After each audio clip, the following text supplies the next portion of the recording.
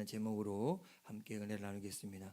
이 성경에 보면 가장 많이 나오는 표현 가운데 하나가 하나님이 이르시되라는 것입니다. 하나님이 이르시되. 성경 읽어보시면은 그런 말씀 많이 등장하죠. 하나님이 이르시되. 하나님이 말씀하신다는 겁니다. 우리 하나님은 말씀하시는 하나님이십니다. 그래서 천지를 창조하실 때 말씀으로 창조하셨고, 또 말씀으로 세상을 섭리하시고, 또 말씀으로 우리를 만나 주십니다. 성경을 보면 우리의 믿음의 선배들은 다 하나님의 말씀을 듣고 하나님을 섬겼습니다. 아브라함은 하나님의 말씀을 듣고 갈대아 우르를 떠나서 가나안으로 갔고, 모세는 불붙은 이 떨기나무 앞에서 하나님의 음성을 들었습니다. 모세의 뒤를 이은 여호수아 역시 하나님의 말씀을 들었고, 사사시대에 이스라엘 자손들을 이끌었던 사사들 역시 하나님의 말씀을 듣고 이스라엘의 지도자가 되었습니다. 예언서를 보면 예언자들은 하나님의 말씀을 듣고 복음을 전했습니다. 하나님의 백성들로 이 땅에 살아가는 우리 역시 하나님의 말씀을 들어야 됩니다. 그래야 하나님과 교제하고 더 깊은 사랑의 관계로 나아갈 수 있기 때문에 그렇습니다. 먼저 제가 이 하나님의 말씀을 우리가 보기 전에 성경에 나오는 두 사람을 먼저 소개하려고 해요. 그게 누구냐면 여러분이 너무나 잘 아는 사람, 삼손입니다. 또 한 사람은 누구냐면 기드온입니다. 제가 물어볼게요. 삼손과 기드온 누군지 모른다. 그들이 누구예요? 나 처음 들어보는데. 다 아시죠? 이 두 사사의 삶을 잘 비교해 봤으면 좋겠어요. 우리가 알다시피 사사시대는 이스라엘 자손들이 어려움을 많이 당하던 시대였습니다. 이스라엘 자손들이 가나안에 정착했지만 주변 나라들에게 수없이 빼앗기고 노략질 당했습니다. 그래서 이스라엘을 가만히 보면 우리나라랑 좀 비슷했던 것 같아요. 우리나라도 과거에 이 북쪽에는 오랑캐라 그러죠. 또 남쪽에는 밑에 일본으로부터 또 여러 침략을 많이 당하고 노략질도 많이 당했습니다. 근데 이스라엘 역시도 이 사사 시대에는 그런 침략과 어려움을 많이 당했어요. 물론 하나님이 세우신 사사들이 있었을 때에는 괜찮았습니다. 그러나 사사가 죽고 나면 이스라엘 자손들이 하나님을 잊어버리고 다른 신을 섬기게 되고, 그러면 또 하나님께서 이 주변 나라들을 허락하셔서 주변 나라가 그들을 또 빼앗고, 땅도 뺏고 집도 뺏고 농작물도 뺏고 심지어 자녀들까지도 다 빼앗아 가게 되었습니다. 기드온이 살던 시기에는 미디안에게, 삼손이 살던 시기에는 블레셋에게 그런 고통을 당했습니다. 이런 때에 하나님은요, 기드온과 삼손을 불러서 그 시대의 사사로 세웠고 또 이스라엘 자손들을 고통에서 건져내셨습니다. 자, 그런데 두 사람 다 부름받은 사사들이었습니다. 그런데 그들의 삶의 결과는 서로 다릅니다. 삼손은 실패한 사사였다면 기드온은 하나님 크게 일을 경험한 사사였어요. 왜 그런 차이가 날까? 성경을 보면 이 삼손은요, 태어날 때부터 또 영적 배경이 화려합니다. 어느 날 천사가 들에서 일하는 삼손의 부모에게 나타났습니다. 그리고 아들을 낳을 것이라 라고 이야기합니다. 이게 바로 뭐라고 얘기하냐면 수태고지라 그래요. 아들을 낳을 것이다, 임신할 거다라고 알려주는 겁니다. 이런 비슷한 상황을 우리 신약성경에 나옵니다. 누가 태어날 때? 예수님이 태어날 때도 마리아한테 천사가 나타나서 너 아들을 낳을 것이다 라고 알려주잖아요. 그 예수님의 탄생과 비슷하게 이 삼손도 천사가 나타나서 수태고지를 해준 거예요. 이 말은요, 그가 보통 사람이 아니라는 겁니다. 그것뿐만이 아니라 나면서부터 나실인 하나님께 바쳐진 사람이었어요. 그래서 그는 어려서부터 머리에 삭도를 대지 않습니다. 그것만이 아니라 사사기 13장 25절에 보면 함께 같이 읽어볼까요? 시작. 영이 그를 움직이기 시작하셨더라. 무슨 얘기냐면 삼손은요, 어렸을 때부터 성령을 받고 그 성령으로 그를 움직이기 시작한 사람이에요. 보통 사람이 아닙니다. 그런데 그는 실패했어요. 자, 그에 비해 기드온은 어땠을까요? 기드온도 이런 탄생 기사가 있었을까요? 그의 출신 배경이 좀 화려했을까요? 사사기 6장 15절에 보면 기드온이 자신의 입으로 자신을 이렇게 소개합니다. 함께 읽어볼까요? 시작. 보소서, 나의 집은 므낫세 중에 극히 약하고 나는 내 아버지 집에서 가장 작은 자이니이다. 그는 므낫세 지파 중에 한 이름 없는 부모에게 태어난 그저 평범한 사람이었습니다. 그런데도 기드온은 하나님의 역사를 경험했어요.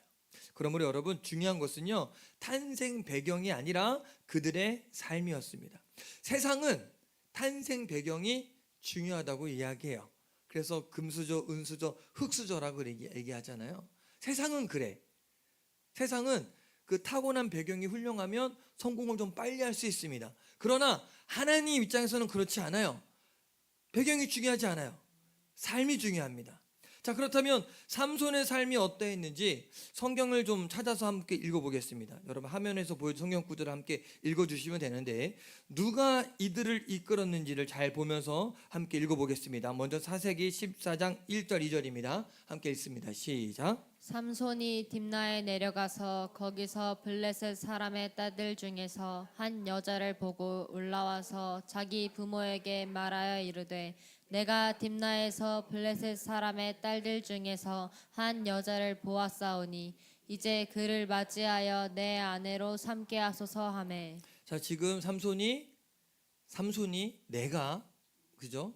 그리고 그 여자를 보고 한눈에 반해서 결혼하려고 그래요. 4절 한번 읽어봅시다. 1절과 16장 1절 4절 한번 같이 읽어볼게요. 시작. 삼손이 가사에 가서 거기서 한 기생을 보고 그에게로 들어갔더니 이후에 삼손이 소래 골짜기에 들릴라라 이름하는 여인을 사랑하매. 자, 봐보세요.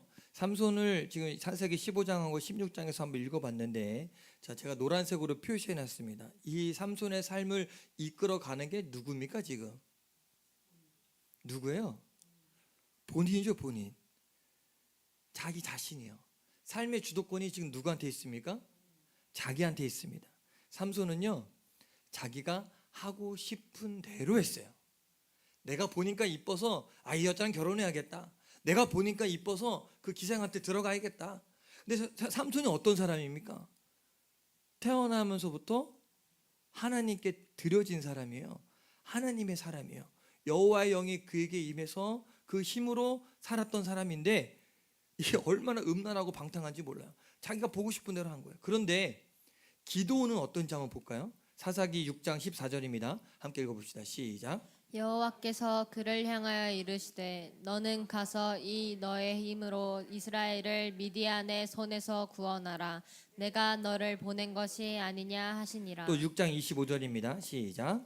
그날 밤에 여호와께서 기드온에게 이르시되 내 아버지에게 있는 수소 곧 7년 된 둘째 수소를 끌고 오고 내 아버지에게 있는 바알의 제단을 헐며 그 곁에 아세라 상을 찍고. 또 7장 9절도 있습니다. 시작. 그 밤에 여호와께서 기드온에게 이르시되 일어나 진영으로 내려가라. 내가 그것을 내 손에 넘겨주었느니라. 자, 성경 구절 쭉 보셨죠? 제가 힌트를 드렸어요. 여기서 기드온은 누가 이끄는 삶을 살았을까요? 누구예요? 자기가 있습니까? 내가? 기드온이 없거든요. 여호와가, 하나님이 주어입니다. 하나님이 기드온에게 말씀하시고 기드온은 그 말씀대로 순종했습니다. 한번 생각해 보세요. 기드온에게는 300명의 군사가 있었고 미디안의 군사는 13만 5천 명입니다. 300명과 13만 5천이 싸우면 누가 이깁니까? 뭐 말해 뭐예요. 13만 5천이 이길 수밖에 없어요. 그런데 기드온이 이겼어요. 어떻게? 하나님이 하라는 대로 했기 때문에. 여러분, 삼손과 기드온은 좀 완전히 달라요. 삼손은 태어날 때 아주 훌륭한 사람으로 태어났지만 그의 삶은 나시린의 삶이 아니라 허랑방탕한 삶이에요. 자기 멋대로 합니다. 블레셋과 싸울 때도요, 자기 멋대로 해요. 그냥 죽이고 싶으면 죽이고 싸우고 싶으면 싸우고 하나님께 묻고 하나님의 인도하심을 받는 삶이 아니었습니다. 그러나 기드온은 완전히 다릅니다. 기드온은 하나님의 말씀을 듣고 정말로 바보같이 그 말씀대로만 삽니다. 그래서 미디안을 크게 이기고 나서 나중에 이스라엘 사람들이 기드온을 찾아와요. 그리고 나서 기드온한테 우리의 왕이 좀 되어달라. 당신이 우리를 미디안 손에서 구원하셨으니 당신과 당신의 아들이 우리를 다스릴 수 있도록 당신의 좀 왕이 되어달라라고 이야기해요. 자, 여러분이라면 어떻게 하실래요? 내가 한다고 안 했어. 시켜준 거예요. 그리고 너만 있는 게 아니라 너 아들과 당신의 손자까지 우리 왕이 되어달라고. 여러분이라면 어떡할래요? 하나님이 주신 보상인가? 하나님의 뜻인가? 라고 할지도 몰라요. 그런데 그때 기드온이 이렇게 말합니다. 사사기 8장 23절입니다. 시작. 내가 너희를 다스리지 아니하겠고 나의 아들도 너희를 다스리지 아니할 것이요 여호와께서 너희를 다스리리라 하시니라. 이게 기드온이에요. 끝까지 자기 자신이 없고 누구만 있습니까? 하나님만 있어요. 근데 중요한 것은요, 두 사람의 역사적 평가입니다. 두 사람을 어떻게 평가하느냐? 이 삼손에 대해서는요, 삼손이 이스라엘 사사로 20년 동안 지냈더라, 끝이에요. 그냥 사사로 20년 지냈더라. 자기 주도적 삶을 살았던 삶의 결과가 단지 그냥 그 기간만 표시되고 끝납니다. 그런데 사사기 8장 28절에 보면 기드온에 대해서는 평가가 좀 다릅니다. 기드온이 사는 40년 동안 그 땅이 평온하였더라.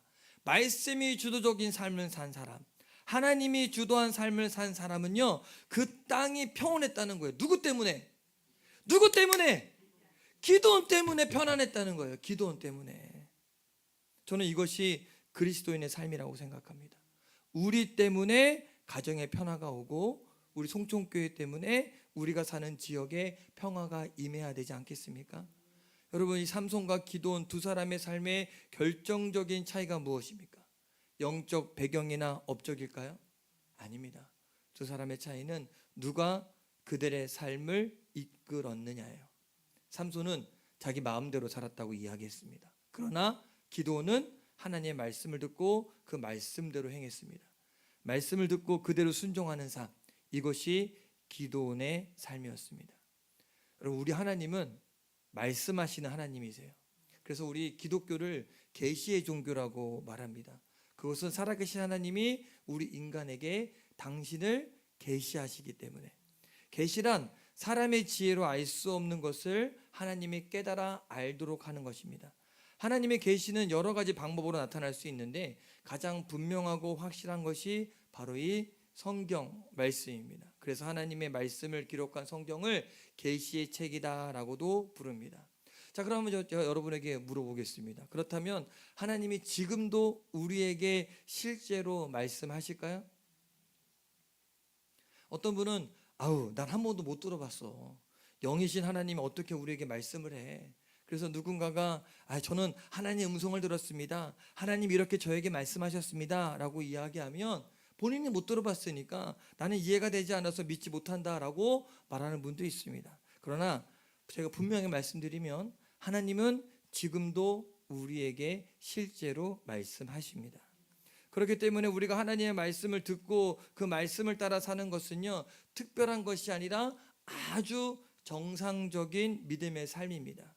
오늘 말씀 예레미야 7장 13절에 보면 이런 말씀이 나옵니다. 한번 같이 읽어볼까요? 시작. 여호와의 말씀이니라. 이제 너희가 그 모든 일을 행하였으며 내가 너희에게 말하되 새벽부터 부지런히 말하여도 듣지 아니하였고 너희를 불러도 대답하지 아니하였느니라. 자, 여기 보니까 뭐라고 말씀하세요?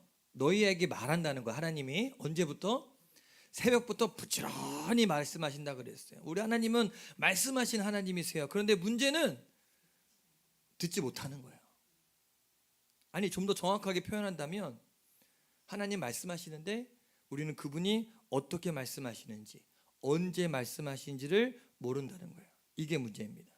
저는 옛날에는요, 하나님이 우리에게 말씀한다고 했을 때 우리는 들으려면 육성으로 들어야 되잖아요. 그래서 하나님 뭔가 말씀하실 때 뭔가 이렇게 사도 바울처럼 밝은 빛이 팍 비치거나 전둥같이 소리가 나면서 사랑하는 원주야 이렇게 말씀할 줄 알았어요. 저만이 아니라 다 그렇게 생각하시는 분들이 많이 있을 겁니다. 하나님 어떻게 말씀하실까요?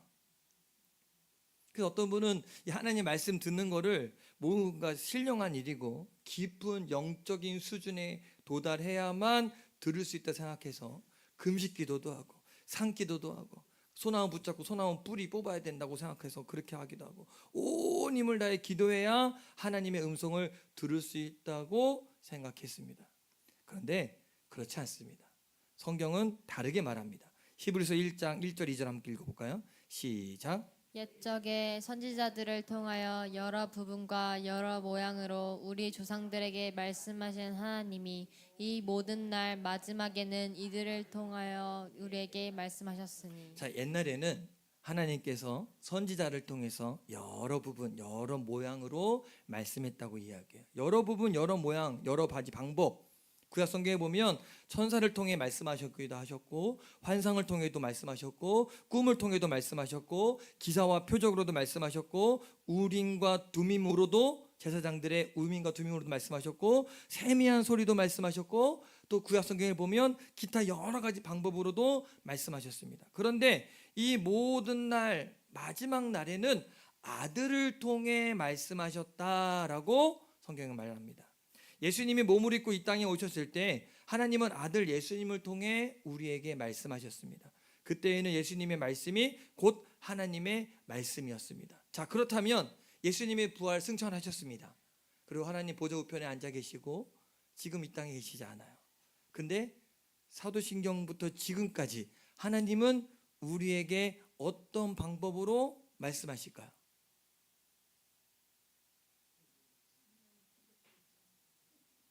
성경이 가르쳐주는 진리는요, 우리 안에 계신 성령님이 우리 마음에 말씀하신다는 거예요.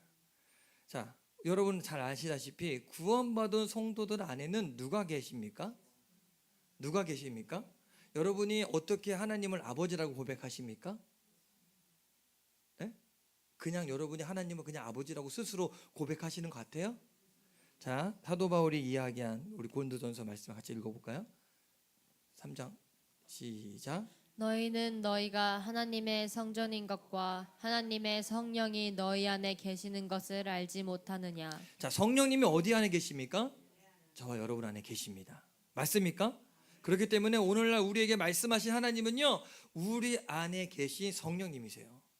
요한복음 14장 26절 같이 한번 읽어봅시다. 시작. 보혜사 곧 아버지께서 내 이름으로 보내실 성령 그가 너희에게 모든 것을 가르치고 내가 너희에게 말한 모든 것을 생각나게 하리라. 자, 여기 보면 성령님이 깨닫게 하고 생각나게 하신다는 거예요. 이것이 성령님이 말씀하시는 방법이에요. 또 요한복음 16장 13절에 보면 한번 같이 읽어볼까요? 시작. 진리의 성령이 오시면 그가 너희를 모든 진리 가운데로 인도하시리니 그가 스스로 말하지 않고 오직 들은 것을 말하며 장래 일을 너희에게 알리시리라. 봐봐요. 성령님이 우리에게 알려주신다는 겁니다. 그런데 아마 대부분 사람들은요, 성령님이 우리 안에서 깨닫게 하시고 생각나게 하고 알게 하신 것을 하나님이 말씀하신 것으로 알지 못했을 경우들이 있습니다. 왜? 그 하나님의 음성 듣는 것을 특별한 은혜로만 생각하고 너무 신령한 것을 생각하고 신비한 현상으로만 생각하기 때문에 우리가 듣지 못하는 겁니다. 근데 그렇지 않아요.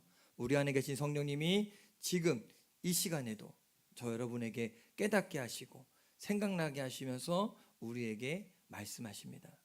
물론 성령님이 우리 안에서 우리 마음에 말씀하시는 방법이 여러 가지가 있습니다. 우리가 기도할 때 성령님이 말씀하시기도 합니다. 여러분, 기도는 제가 전에도 말씀드렸지만 일방통행이 아니고 쌍방통행입니다. 대화는 일방적인 게 아니고 주거니 받거니 해야 합니다. 우리가 하나님을 통해 하나님 아버지라고 기도하기 시작한다면 하나님은 우리에게 오셔서 말씀하기 시작하십니다. 생각하지 못했던 것이 떠오르기도 하고 몰랐던 것을 알게 하시기도 합니다. 이게 바로 성령님이 우리에게 말씀하시는 겁니다.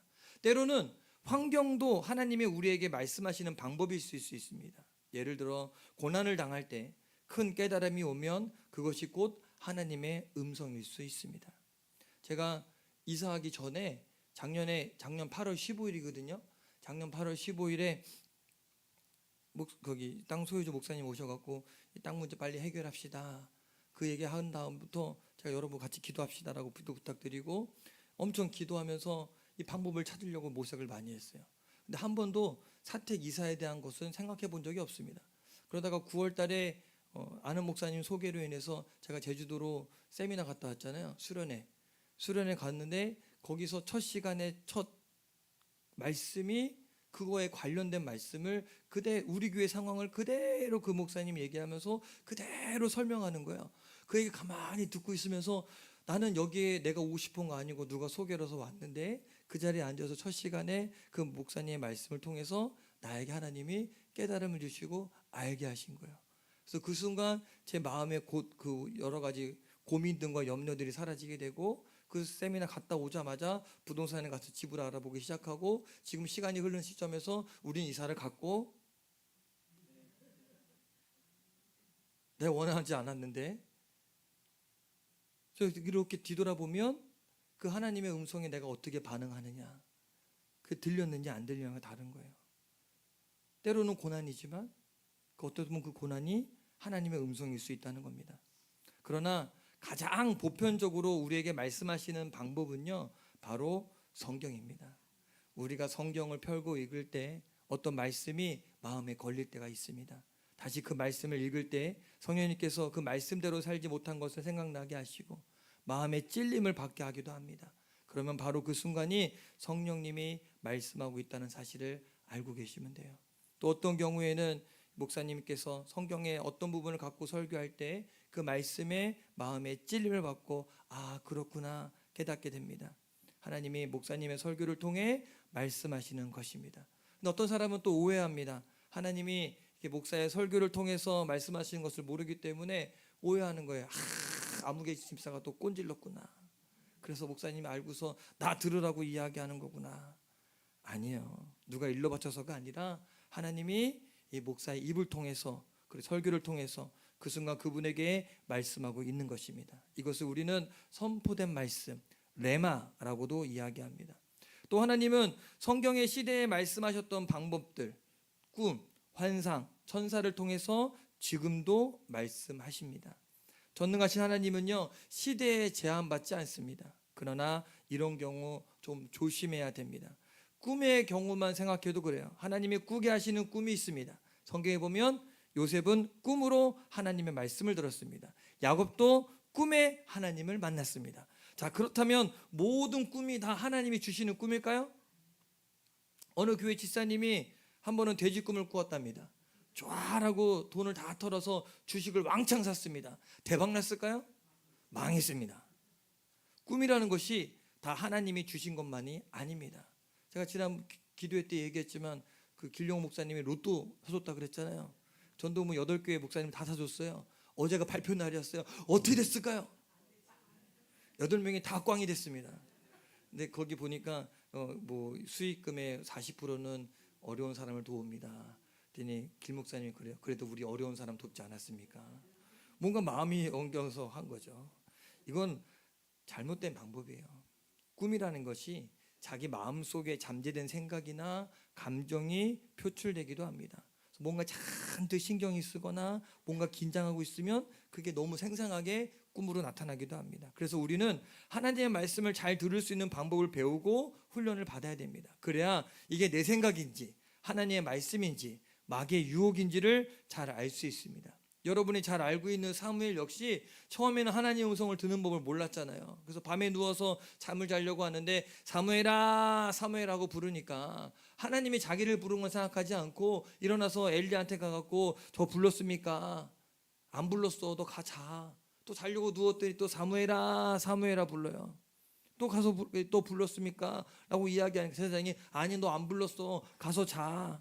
이렇게 3번을 반복했을 때 엘리 제사장은 그때 알잖아요. 아 하나님께서 이 아이를 부르는 거구나. 그래서 다시 음성이 들리거든. 여호와여 말씀하옵소서 주의 종이 듣겠나이다. 이 말하라고 가르쳐줬어요. 다시 하나님이 사무엘을 불렀을 때 사무엘이 그때 말씀하옵소서 주의 종이 듣겠나이다.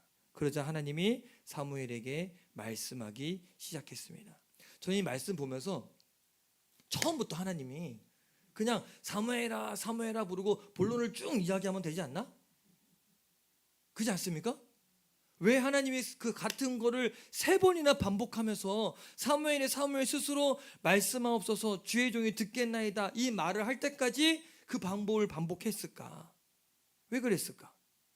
자 한번 따라해 볼까요? 주여 말씀하옵소서 제가 듣겠나이다.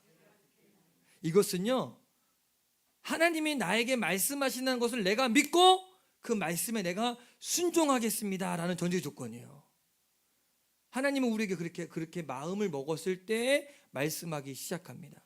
그러므로 여러분, 우리가 하나님의 말씀을 잘 들으려면요, 하나님의 말씀 듣기를 사모해야 됩니다. 어떻게 하면 하나님의 음성을 잘 들을 수 있을까? 우리 두 가지만을 기억하면 우리가 하나님의 음성을 잘 들을 수 있습니다. 첫 번째로 따라해볼까요? 하나님을 사랑해야 합니다. 하나님의 음성을 듣는 것은 은사가 아닙니다. 어떤 방법을 배워야 되는 것도 아닙니다. 하나님의 말씀을 잘 듣기 위해서는요, 그분과 친밀한 사랑의 관계 안에 있어야 됩니다.